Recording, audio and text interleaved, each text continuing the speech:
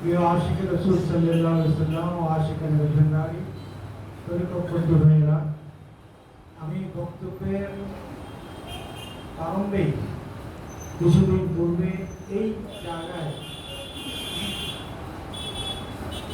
বর্তমান বৈদিক বাবা শহীদ কেবলা কাওয়ার মেজর সাহেব ব্যথা মাসুকে মেনে দিন আশফান্ডারি মাদ্রাসাউল আলী, যিনি ইঞ্জিনিয়ারিং ইনস্টিটিউটে যাকে যুব ফোরামের সারা বাংলাদেশে সভাপতির দায়িত্ব দেওয়া হয়েছে, তিনি কুমিল্লায় এসে কুমিল্লা জেলা যুব ফোরাম এবং মহানগর যুব ফোরামের নতুন করে কমিটি করেছেন। সেই কমিটির নেতৃবৃন্দ আমি দেখছি আমার সামনে উপস্থিত আছেন এবং সাবেক নেতৃবৃন্দরা উপস্থিত আছেন, যাদের অক্লান্ত পরিশ্রমে দীর্ঘ 10-15 বছর তারা কষ্ট করেছেন। আমি অনুরোধ করবো আমার বক্তব্যের প্রারম্ভে যারা নতুন করে নেতৃত্ব নিয়েছেন, জেলা কমিটির নেতৃবৃন্দ এবং মহানগর কমিটির নেতৃবৃন্দ যুব ফোরামের, তারা আমার সামনে এসে সকল পরিবারের সামনে পরিচিত হওয়ার জন্য এবং সাবেক আগের কমিটির ডিমান্ডকে অনুরোধ করছি সামনে আসার জন্য। খুব দ্রুত শেষ করতে হবে, আসলে আয়োজন দিয়েছে, আমি বেশি দেরি করবো না। আনন্দিত এবং গর্বিত, আমি কিন্তু কাউকে মোবাইল করি সে কাউকে বসে মোবাইল করি খালি নির্দেশ দিই।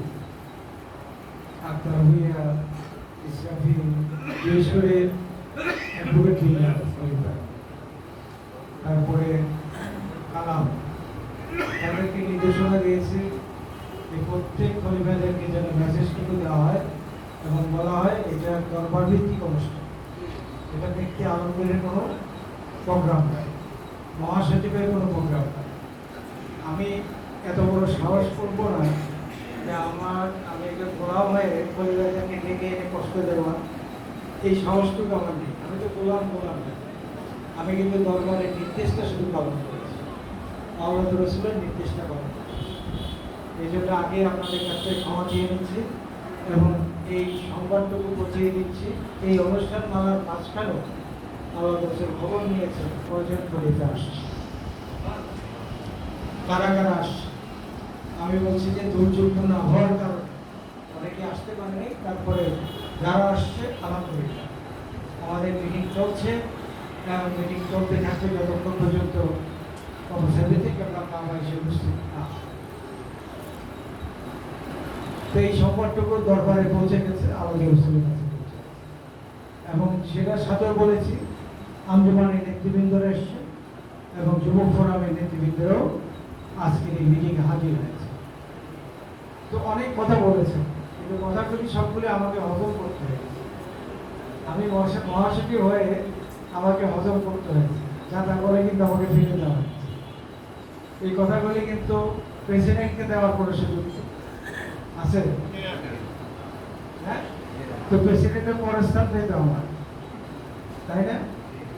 এটা যখন 1976 সালে, খুব 75 বা 76 সালে, তখন মহিন বাবা শুরু করেছিলেন মইনিয়া আশায়াতে মাঝখানকার, মইনিয়া আশায়াতে গোসল আদম মাঝখানকার, তখনও অলিখিত আমি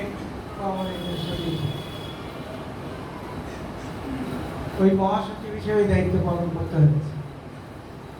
আর শেষ হলো 2010 সালে, 10 সালে ইঞ্জিনিয়ারিং ইনস্টিটিউটে। ওই বছরতে আমি সেক্রেটারি হব, মহাসচিব হব, আমি তো লবিং করিনি।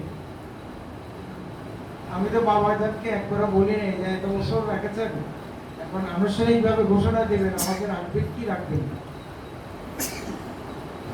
যদি এই কথাটা আগে জানতাম তাহলে কুমিল্লায় তো সেদিন আনন্দের বন্যা হয়েছিল, কুমিল্লা শহরটা আলোকিত থাকে, কিন্তু আমি তো লবিং করি নাই। আজকে আমরা নেতা হওয়ার জন্য লবিং করতে হবে। আমরা মনিবের প্রতি কি বিশ্বাস নেই? আমাদের কি মনিবের প্রতি আস্থা নেই? আমি আপনাদের বক্তব্যে সেটাই প্রকাশিত হল, আস্থার অভাব। যার তার প্রতি বিশ্বাস নেই, সেখানে তো চাওয়া লাগে না, সেখান থেকে নেওয়ার জন্য আমি যাচ্ছি, তিনি তো দিতে বসে আছে, আমরা নিজেই জানি না। দুর্ভাগ্য। আমি এমনও দেখেছি অনেকে খলিফা হওয়ার জন্য লবি করছে, খলিফা হওয়ার জন্য, কিন্তু খলিফা হওয়ার পর তার দায়িত্বটা কি? তিনি কি দায়িত্ব নিয়ে আছেন, কি দায়িত্ব দেওয়া হয়েছে, সেই মর্মটা কি আমরা বুঝেছি? খলিফার নিজের মর্মটাই তো আমি বুঝি। আমি কি ক্ষেত্রে, তার ক্ষেত্রে আছে, আজকে কেন এই অবস্থানটা সৃষ্টি হয়েছে? যে কথাগুলি আপনারা বলেছেন, আমি তো আমার অন্তরে খুব আঘাত পেয়েছি। আমার খলিফার বিন্দুরা আজকে উন্মুক্ত ভাবে কথা বলছে।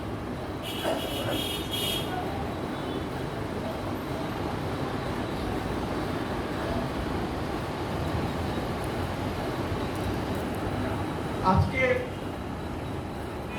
আপনাদের খলিফাদের কাছ থেকে যে কথাগুলি শুনলাম, এদিকে মসজিদের সামনে বলতে পারবে কেউ, দাঁড়িয়ে দরবার শরীফে যে বলতে পারবে কেউ? পারবেন না বলেই কিন্তু আজকের এই আয়োজন। যদি আমি একটু মনে কষ্ট পেয়েছি, কিন্তু এই আয়োজনটা করা হয়েছে এই কারণে যে উন্মুক্ত ভাবে আপনারা কথা বলবেন। কখন চলে যায় শেষ তার তো ঠিক নেই, একবার তো চলেই গিয়েছেন। মহিন বাবা আমাকে দয়া করে বাঁচিয়ে নিয়ে আসছে, আমাকে তো ডাক্তার নিজেই ঘোষণা করেছে।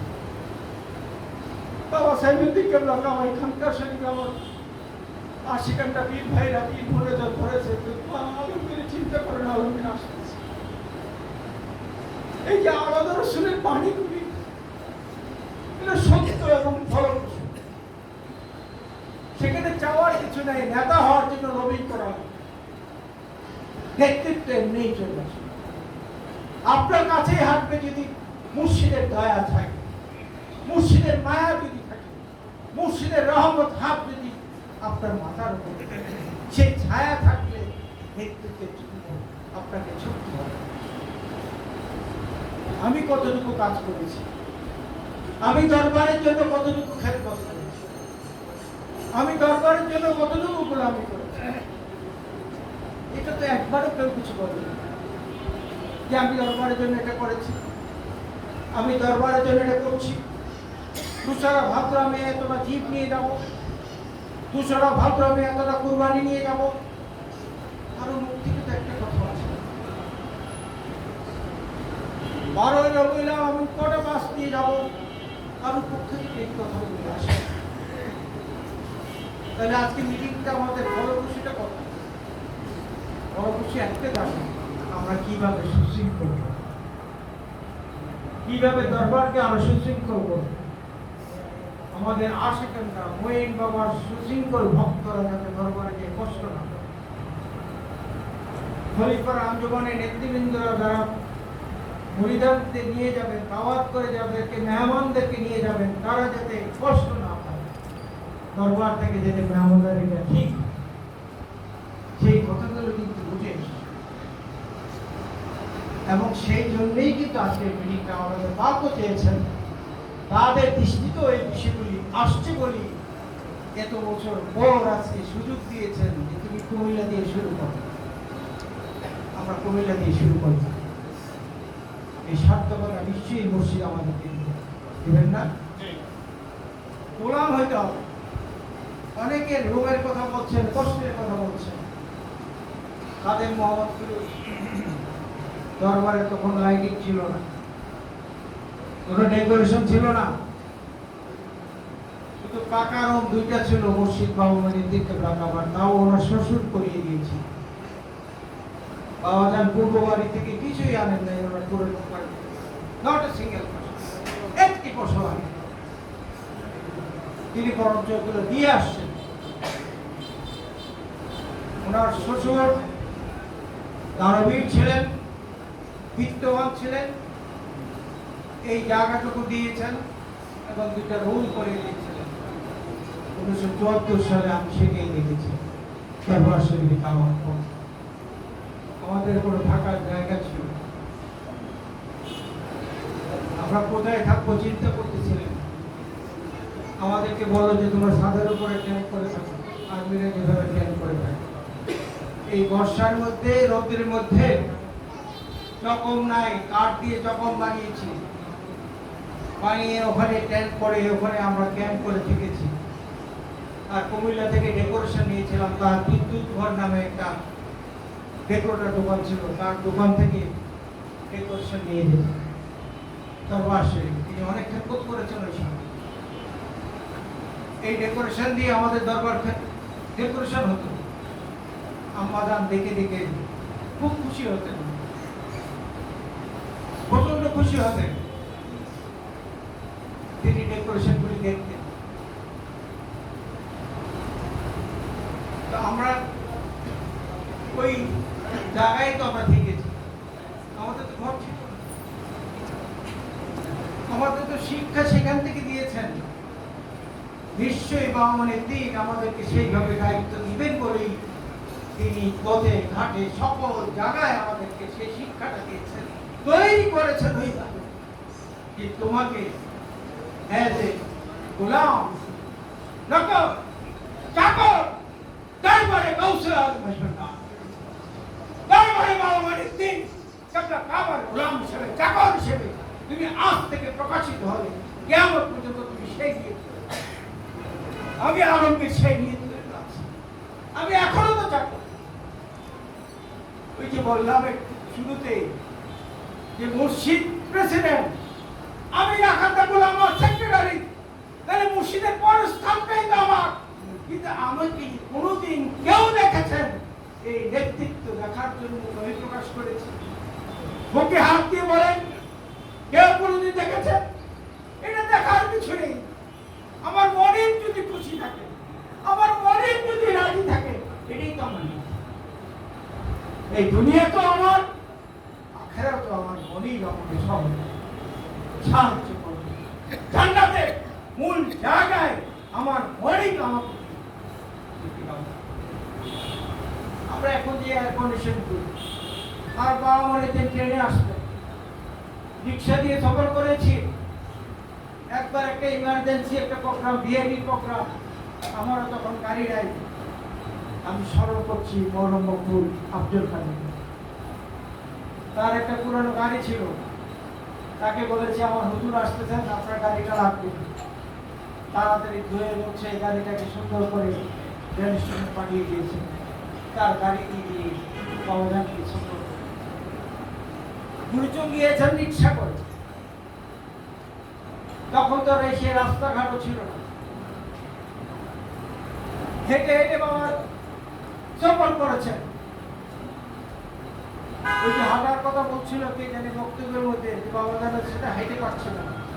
আমি বললাম বাবা জান তো আমার সাথে হেঁটে পারবে না। আমি তো স্পোর্টসম্যান, আমি 100 মিটার, 200 মিটার, 400 মিটার র্যালি করেছি, আমি পুরস্কার পেয়েছি। আমার চেয়ে দ্রুতটি বাবা হাঁটতে পারে। যখন হাঁটা শুরু করেছি, বাবাদার হাতে দেওয়া, আমি হাঁট আমার সাথে, আমি দৌড়াচ্ছি, আর বাবা যেন দূরের কুত্তার মতো পা গুলি বদল কিভাবে এগিয়ে চলে যাচ্ছে। আমি তার সাথে হাঁটছি। এটা হলো নূরের পুতুলের সেই কদমের হাঁটা, এটা আমার পক্ষে সম্ভব হয়নি। বাবাদার সাথে তাল মিলে আমরা তো দেখেছি বাবাদার কিভাবে কষ্ট এই দরবারকে তিনি সাজিয়েছেন, এই দরবারকে তিনি কিভাবে বাংলাদেশ ও সারা বিশ্বে তিনি প্রচার প্রসার করেছেন। এমনও বাড়িতে বাবাজান ঘুমিয়েছেন, শীত, প্রচন্ড প্রকাণ্ড শীত, বেড়ার ঘর, সেই বেড়াও ভাঙ্গা, ওর অনেক তো শীত কাটতেছে, ঠান্ডা, ওই ঘরটা দিয়ে ওই ছিদ্রগুলো বন্ধ করেছে। আমাদেরকে কোনো থাকার জায়গায় নেই, বিছানা নেই, গরিব মানুষ। আমরা নিচে খেয়ে বিছিয়েছি, তার উপর ছালা দিয়েছি, ছালার নিচে 10 ইঞ্চি ইট, সেটা বালিশ হিসেবে ব্যবহার করেছি, সেটা বালিশ হিসেবে ব্যবহার করেছি। এটা হলো বাবা মনির দিন, কেবলা কাবার সেই সবর সুচির শুরুটা। তাকে নিয়ে আমরা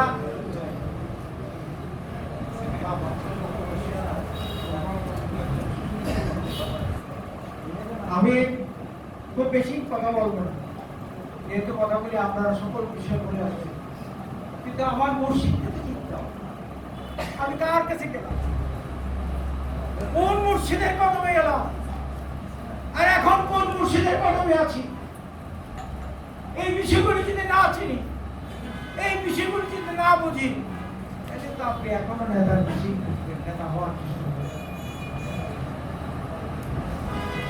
গোলাম হওয়ার চেষ্টা করুন। যদি গোলামে মাঝবান্ডারি হতে পারেন, গোলামে মুর্শিদ যদি হতে পারেন, চেয়ারের কোনো অভাব হবে না। চেয়ারের কোনো অভাব হবে না, এটা আমি প্রমাণিত। এই কুমিল্লা জেলায় চেয়ারের কোনো অভাব আমি আমাদের দেখাই।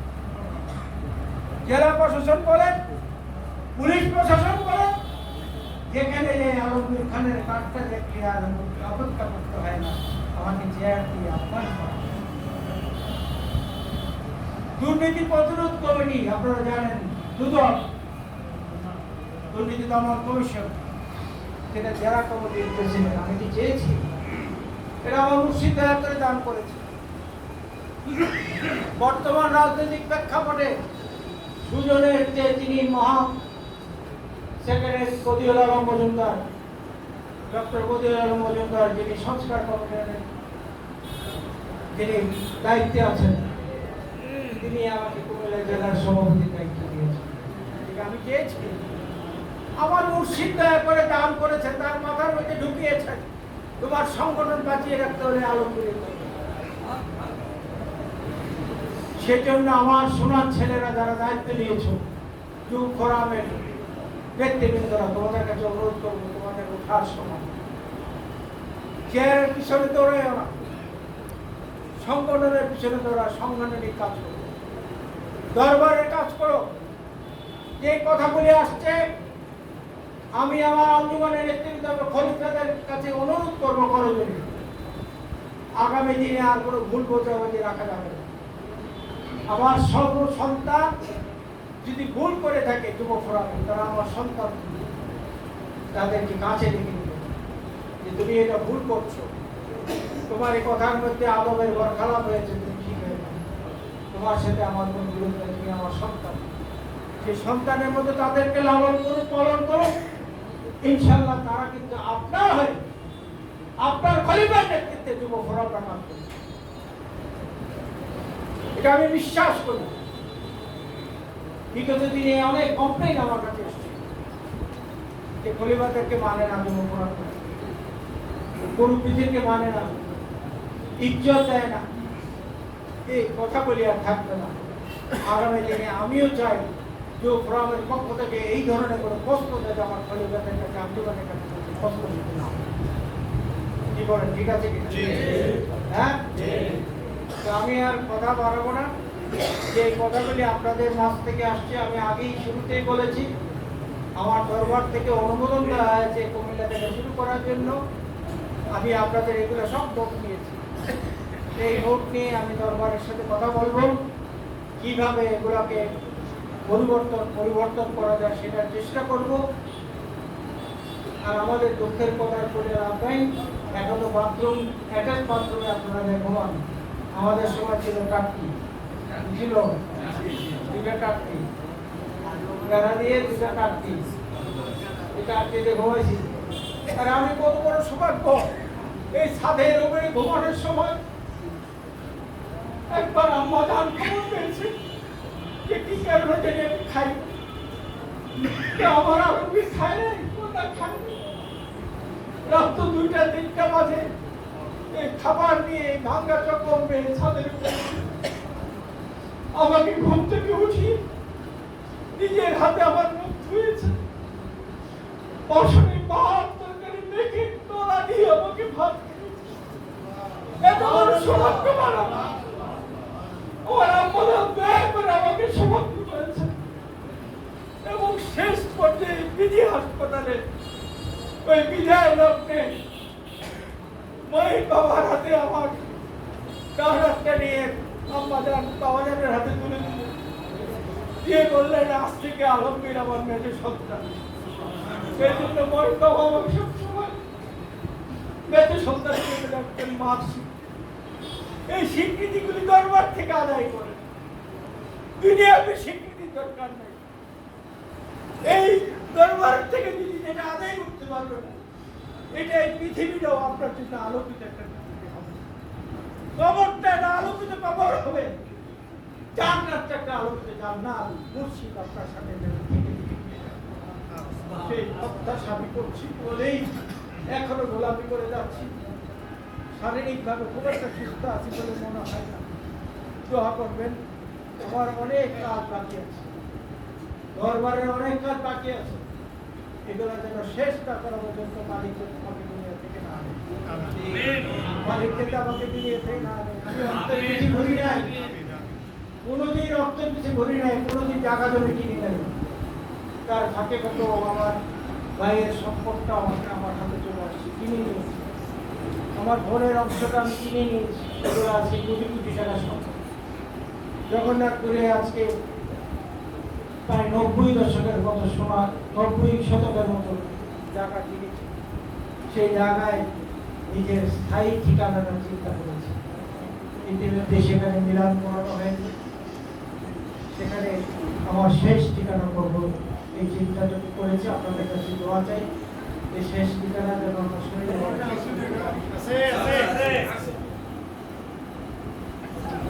নিজের জায়গায় আমি সেটি চাই। কি বলেন? আল্লাহ আমার মুর্শিদ যেন দয়া করে আমাকে কবুল করো, সেটা যেন কবুল করে। আমিন আমিন সুম্মা আমিন আমিন। বাবা সাইদুদ্দিন জব্বার আমাকে কি কম মানবো না বেশি মানবো? বেশি মানবো।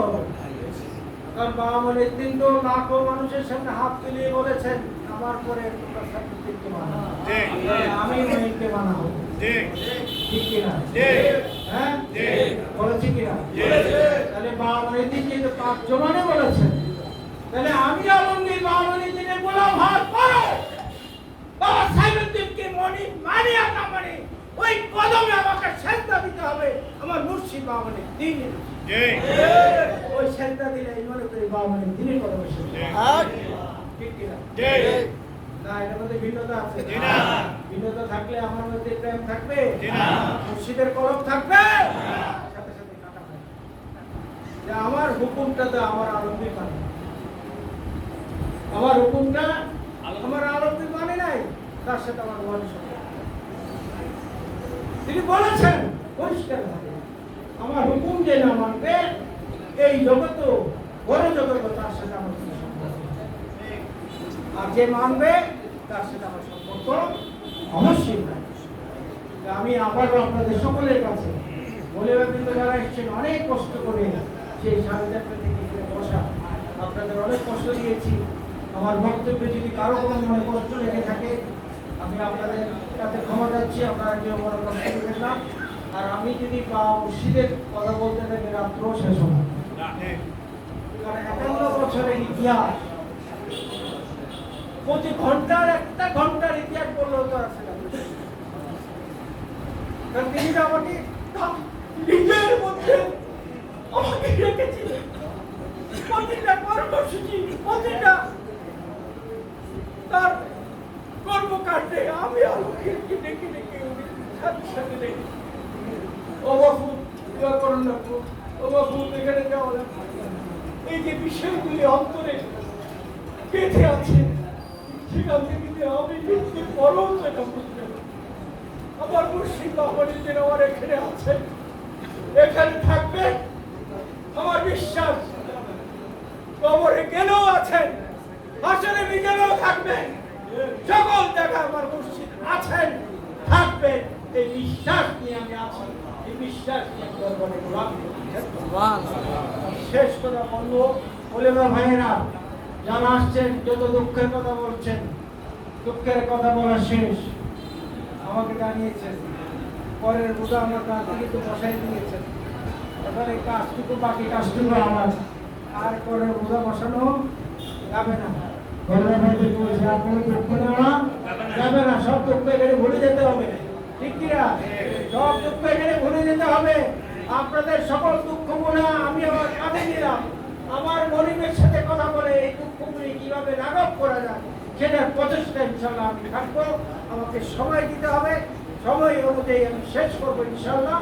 এই ওয়াদা আপনাদের সকলের কাছে করছি। আল্লাহ আমাদের সহায়ক, আমার মুর্শিদ আমাদের সহায়ক। সকলকে আবারও ধন্যবাদ কৃতজ্ঞতা জানিয়ে আমার বক্তব্য এবং যারা আয়োজনে যারা আমাকে সহযোগিতা করেছেন, বিল্লাল কালাম, আমাদের জামিলা আক্তার ভুইয়া, ইসরাফিল সহ এই টিমের যারা আছেন, ট্যুর ফোরামের নেতৃত্ব যারা কষ্ট করেছেন, তাদের সকলের প্রতি শ্রদ্ধা কৃতজ্ঞতা জানিয়ে পরিবারের প্রতি আমার শ্রদ্ধা কৃতজ্ঞতা জানিয়ে আজকে এই আলোচনা সভা এখানে শেষ করছি। আপনাদের সকলের জন্য তাবারক দেওয়া হচ্ছে। তাবারককে ইতিমধ্যে বাবাজান পৌঁছে যাবেন, মহিলাদের সাথে সাক্ষাৎ করছেন। আপনারা তাবারককে তারপরে বাবাজানের সাথে সাক্ষাৎ করে যার যার অবস্থানে ফিরে যাবেন। আজকের সবাই শেষ করছি। আসসালামু আলাইকুম।